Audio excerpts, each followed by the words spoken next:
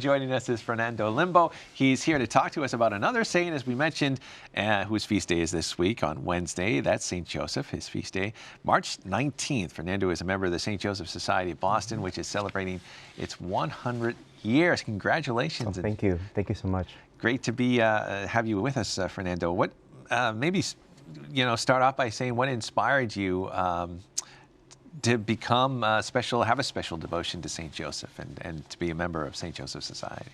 Sure. I would say, just like for a lot of many people, and I think very much characteristic of St. Joseph, it was just in all these very small ways.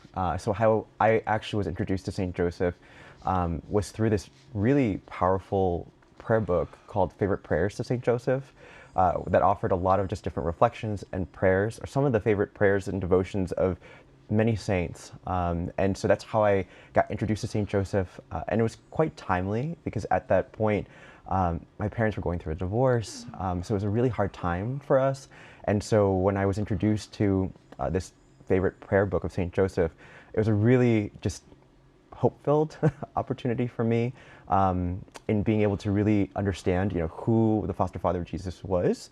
And also to just now, since that devotion, and this was maybe over a decade ago, to see the many ways that he's actually been so present in my life.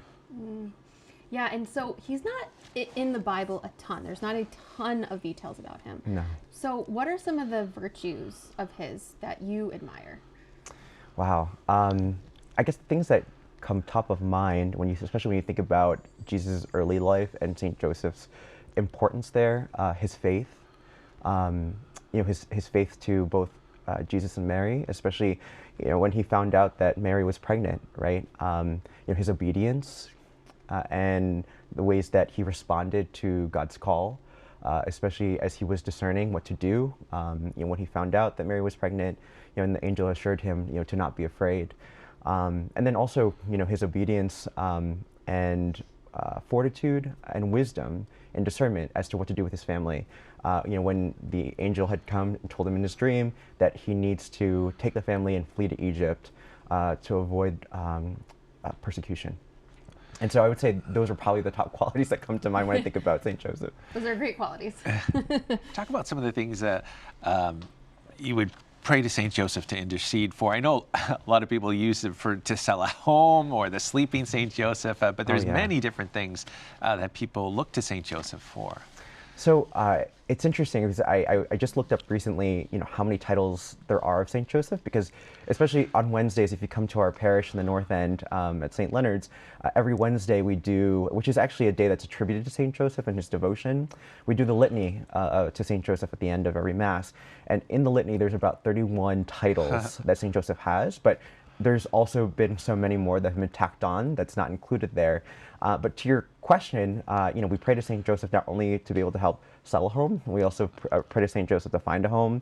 I've suggested to friends to do a novena to St. Joseph to find a good roommate, or for themselves to find, good roommates, for a good job. We have St. Joseph the Workers' Feast Day that's on May 1st. And so, all these various things, whether it be with work, whether it be with your home, whether it be vocation, and vocation, just in terms of your kind of day-to-day job, or even if it's marriage discernment, or even to just vocational religious discernment or priestly discernment, St. Joseph is definitely the man to go to for the job. Yeah.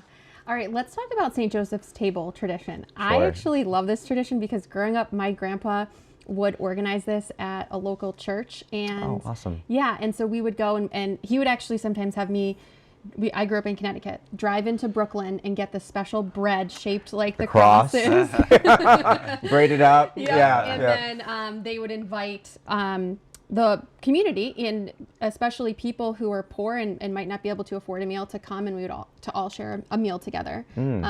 But I don't know if that was the traditional way that we did it. So tell us more about St. Joseph's table. Yeah, so I love history, and I actually needed to kind of look up exactly how this devotion started, where it came from. What the sources tell me, thank you the internet, is that it originates from Sicily. which actually, in relation to our society originally comes from Riesi, Sicily. And the tradition there and the legend was that Sicily at the time was going through an extreme famine. And so many prayed for St. Joseph's intercession. And the response to that was abundant rainfall and harvest that had come following the famine.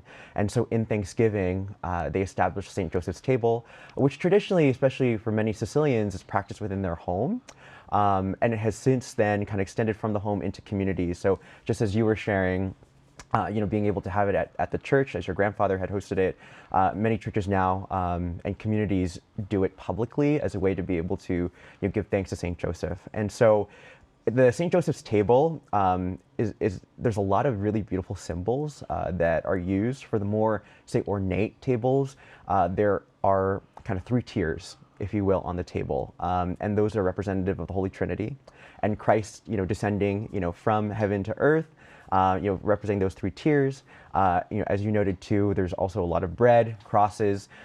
Something also as well that I can't forget is, a couple things I can't forget is that it's meatless typically. And so, a lot of seafood, a lot of vegetable dishes people make and bring to the table. Fava beans are also distributed out on the table as well. And, for Sicilians, it's for good luck. So that's why we have the fava bean there. And most especially, what's most important is the zeppoli. Can't forget about that. And so it's, certainly a fan favorite and a favorite for many St. Joseph devotees to be able to end, the traditional St. Joseph's table meal with a delicious custard-filled dessert of zeppoli, which you can find in the North End as well. But those are kind of some of the signs and symbols, and the significance of the table is, really to be able to give honor and thanksgiving for the many prayers that St. Joseph has answered for people who have offered their prayers to him. And we mentioned at the beginning, 100 years, the Society of St. Joseph in Boston celebrating. Talk about that and how it's been able to thrive for so long. Yeah. So the history of just the societies in Boston is quite interesting because as the immigrant populations from Italy, were coming in over a century ago, as a way to be able to bring people together, they brought over their saint devotions. And so from Riesi, you had a community that came and brought over the devotion of St. Joseph and started the St. Joseph Society. How it's been around for so long, I mean, truly, it's because of St. Joseph's intercession. There was at one point, maybe about 10, 15 years ago, where the club almost closed. But, because of everyone's faithfulness, St. Joseph's intercession, the club is actually probably more thriving today than it has ever been. But I would say, especially given the members whose grandfathers, great-grandfathers founded the organization, who now are part of the organization, and especially for people who have a close devotion to St. Joseph, I would say is why St. Joseph Society has been around for as long as it has. Yeah, and this summer is going to be a big procession. Yes. So tell us about that a little bit. Sure. So, we have this beautiful time in the North End of Boston where we celebrate and just parade around all of our saints. How it ended up being in the summer, don't ask me why, but, starting in June, all these various saints that folks have had devotion to, we carry around, to be able to share devotion. And for us, Society of St. Joseph will be celebrating our feast from July 25th to the 27th. So this is actually what's really cool about this, to help kind of emphasize the importance of this 100 years for us. We'll be actually hosting a street festival, which as the summer progresses in the North End, these societies put on these street festivals. And so we haven't had one in over a decade. And so this is really a special moment for us. And I would even say for everyone who's devoted to St. Joseph to be able to come together and to honor St. Joseph and to celebrate him. So that's July 25th through 27th.